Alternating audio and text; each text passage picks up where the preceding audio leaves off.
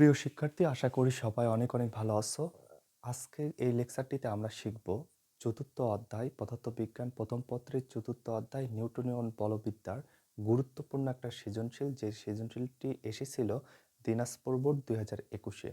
ঠিক আছে, তাহলে চলো আগে প্রথমে আমরা উদ্দীপকটা জেনে নিই, তারপরে প্রশ্নের প্যাটার্নটা দেখি এবং উদ্দীপক থেকে আমরা কিভাবে প্রশ্নগুলো বুঝবো সেই টেকনিকগুলো আমরা এখানে দেখে নেব। ঠিক আছে, তো দেখো এখানে বলা আছে 1000 কেজি ভরের একটি বাস 78,125 জুল গতিশক্তি নিয়ে রাস্তা চলার সময় হঠাৎ 145 মিটার ব্যাসার্ধ বিশিষ্ট একটি বাঁকের সম্মুখীন হলো, যার নিচের চিত্রে দেখানো হয়েছে, এবং এখানে অভিকর্ষ ত্বরণের মান দেওয়া আছে 9.8 মিটার পার সেকেন্ড স্কোয়ার।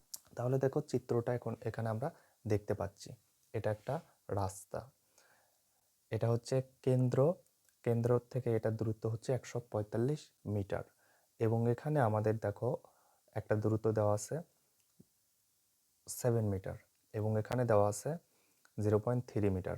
এটা হচ্ছে বিসি, এটা হচ্ছে এবি।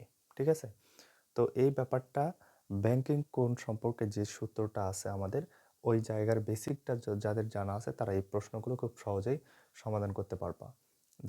যাদের বেসিকটা ক্লিয়ার নাই তারা বেসিক ক্লাসটা দেখে নেবা। ঠিক আছে, তাহলে চলো, এখানে বলা আছে গ নাম্বারে বাসটির ভরবেগ নির্ণয় করো, এবং ঘ নম্বরে বলা আছে বাসটি উদ্দীপকে প্রদর্শিত রাস্তার বাঁকটি নিরাপদে অতিক্রম করতে পারবে কি, গাণিতিকভাবে বিশ্লেষণ করো এবং তোমার মতামত দাও।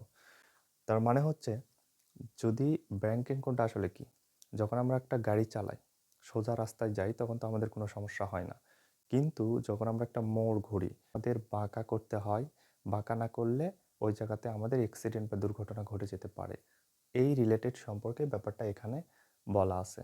সেখানে নিরাপদে যাবে নাকি নিরাপদে যাবে না, গাড়িটি দুর্ঘটনা ঘটবে নাকি দুর্ঘটনা ঘটবে না, তারই বিস্তারিত সম্পর্কে এখানে আমরা দেখে নেব।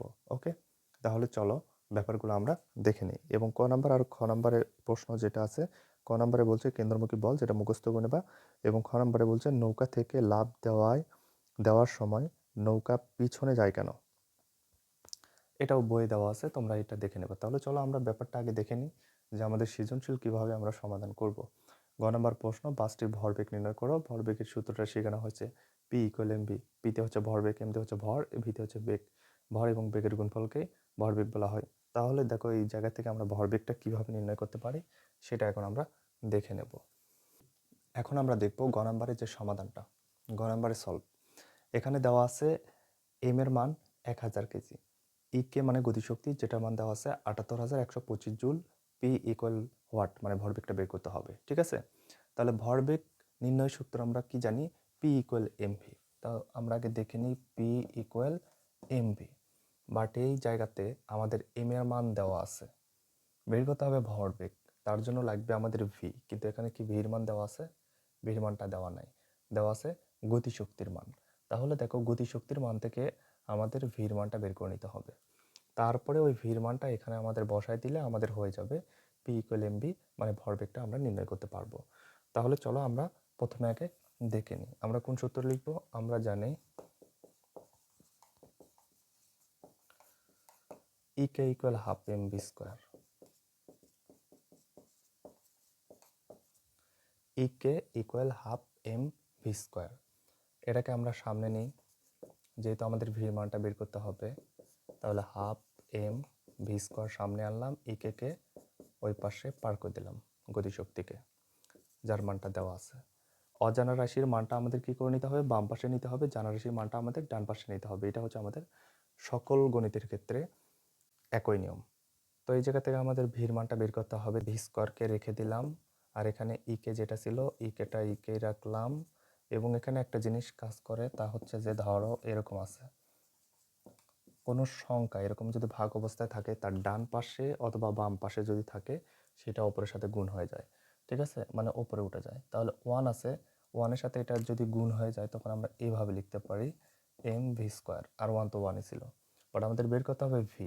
ভির মানটা যদি রাখি তখন কি হবে, এখানে শুধুমাত্র এম আর টু থাকে না, এম ডিভাইডেড টু, তো উপরে আছে এম, নিচে আছে 2, ভাগ অবস্থায় থাকলে মানে এখানে গুণনের সাথে কি আছে, ভাগ অবস্থায় আছে, ভাগটা অপর পাশে যদি গুণ হয়ে যায় তাহলে নিচের সংখ্যা উপরে যাবে, উপরের সংখ্যা নিচে আসবে।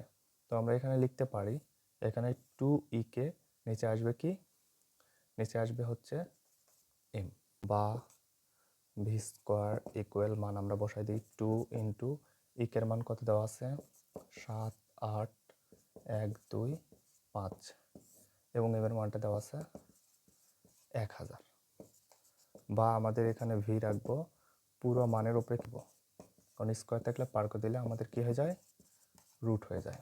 এই যে দিলাম, ঠিক আছে। এখন আমরা ক্যালকুলেটর টাইপ করলে মানটা আমরা পেয়ে যাব। তাহলে ক্যালকুলেটরটা আমরা টাইপ করে দেখি, এখানে দেওয়া আছে, ভেঙে ভেঙেও করতে পারো, একবারও দিতে পারো। সরাসরি মান পেয়ে যাচ্ছি 12.5 মিটার পার সেকেন্ড।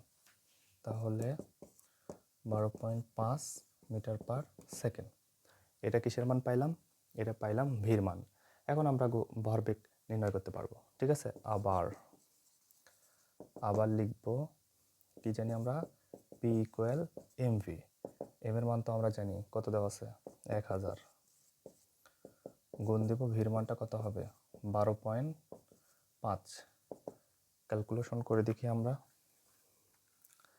তাহলে হচ্ছে 1000 গুণন 12.5 ইকুয়াল দিলে পেয়ে যাচ্ছি 12,500 কেজি মিটার পার সেকেন্ড, কারণ ভরবেগের একক হচ্ছে kg metre per second. Answer হচ্ছে এটাই, ঠিক আছে। তাহলে এখানে লেখা যাবে বাসটির ভরবেগ হবে 12,500 কেজি মিটার পার সেকেন্ড। বুঝতে পারছো, গ নাম্বার প্রশ্নটা খুব সুন্দরভাবে বুঝতে পারছো। তাহলে এইরকম প্যাটার্নে ম্যাথগুলো যদি এসে থাকে তাহলে আমরা খুব সহজেই সমাধান করতে পারবো। এরপরে চলো আমরা ঘ নাম্বারটা একটু করব, ঘ নাম্বারটা একটু আমাদের প্রশ্নটা দেখে ফেলি, ঠিক আছে। তো প্রশ্নে বলা আছে, আমরা আগে দেখে ফেলেছি, যে বাসটি উদ্দীপকে প্রদর্শিত রাস্তার বাঁকটি নিরাপদে অতিক্রম করতে পারবে কিনা গাণিতিকভাবে বিশ্লেষণ করো। রাস্তার যে ব্যাংকিং কোণ থাকে সেই কোণটা যদি আমরা সঠিকভাবে ফলো না করি, সঠিকভাবে যদি গাড়িটা আমরা মোড় না ঘোরাই বা বাঁক না নিই, তাহলে কি হবে, গাড়িটি রাস্তা থেকে ছিটকে অন্য জায়গায় যাবে, ঠিক আছে। তাহলে এখানে সঠিকভাবে হবে কিনা তা আমরা নির্ণয় করি। তার আগে দেখো আমাদের এখানে বলা আছে, এখানে সাইড নোট আমরা আগে লিখে নিই, এখানে ভেতরের পার্শ্ব থেকে বাইরের পার্শ্বের উচ্চতা, এই যে ভেতরের, এটা ধরো আমাদের উদ্দীপক, ঠিক আছে। ভেতরের পার্ট থেকে আমরা এখন চিত্র আর্ট করে নিচ্ছি, যেটা দিয়ে আমরা সমাধান করব। ভেতরের পার্ট থেকে বাইরের পার্ট, মানে বাইরের পার্শ্বের উচ্চতা হচ্ছে বিসি সমান কত দেওয়া আছে, এইচ তে উচ্চতা, বিসি সমান হচ্ছে 0.3 মিটার, এই যে বাইরের অংশটা। আশা করি ব্যাপারটা বুঝতে পারছো। এরপরে কি বলছে, আর মানে ব্যাসার্ধ 145 মিটার, এই যে কেন্দ্র হতে যে ব্যাসার্ধটা আছে এটা হচ্ছে 145 মিটার। রাস্তার প্রস্থ, প্রস্থটা কি, রাস্তা যে আছে তার প্রস্থ এপি, এবি সমান কত আছে 7 মিটার, এই যে আমরা 7 মিটার লিখে ফেললাম। অভিকর্ষ ত্বরণ G equal 9.8 metre per second square, যেটা আমাদের মুখস্থ মান কিন্তু এখানে উদ্দীপকে দেওয়া আছে, তো আমরা লিখে ফেললাম। এবং আমাদের বের করতে হবে ব্যাংকিং কোণ, থিটা ইকুয়াল হোয়াট, ঠিক আছে। তো এখন দেখো এই জায়গা থেকে আমরা চিত্রটা একটু লিখে ফেলি। এখানে দেখো আমাদের বিসি আছে, ঠিক আছে। বিসিটা হয়ে যাবে কি, বি এবং সি এটা হবে লম্ব, এবং এ বি যেটা আছে এটা হয়ে যাবে অতিভুজ, আর এসি যেটা আছে সেটা হয়ে যাবে আমাদের ভূমি। আশা করি ব্যাপারটা বুঝতে পারছো। এখন চলো আমরা এখানে একটু বোঝার চেষ্টা করি। যেহেতু এসি হচ্ছে আমাদের ভূমি, সাইন থিটা সমান লেখা যায় লম্ব ভাগ অতিভুজ। এখানে লম্ব হচ্ছে বিসি এবং অতিভুজটা হচ্ছে এবি। তাহলে আমাদের লম্বর মানটা বসালাম 0.3, আর এখানে অতিভুজের মানটা হচ্ছে 7। থিটাকে রাখলাম, সাইনকে পার করে দেওয়ার সাথে সাথে ইনভার্স হয়ে যায়, যে মানটা ছিল এখানে ওটাই রয়ে গেল। থিটার মান এইটা ক্যালকুলেশন করার সাথে সাথে হয়ে যায় যে 2.46 ডিগ্রি। আবার সর্বোচ্চ নিরাপদে ভি হলে আমরা জানি tan theta equal V square divided R G. Banking কোণ নির্ণয়ের সূত্র হচ্ছে এটা। তো আমাদের যেহেতু ভির মানটা বের করতে হবে, বেগের মান, তাহলে ভিকে সামনে আনলাম এবং এখানে ট্যান থিটা ওই পাশে পার করে দিলে আর জির সাথে এটা গুণ হয়ে যায়, ঠিক আছে। ভি স্কোয়ারকে ভি স্কোয়ারই রাখলাম এবং ট্যানের জায়গায় কি করলাম, ট্যানের জায়গায় ট্যান, থিটার জায়গায় মান বসালাম, এই যে 2.46 যেটা বের করে নিয়েছি, ইন্টু আছে ইন্টু দিলাম, আর এর মানটা 145 যেটা এখানে আমাদের দেওয়া আছে, এবং জির মানটাও দেওয়া আছে 9.8।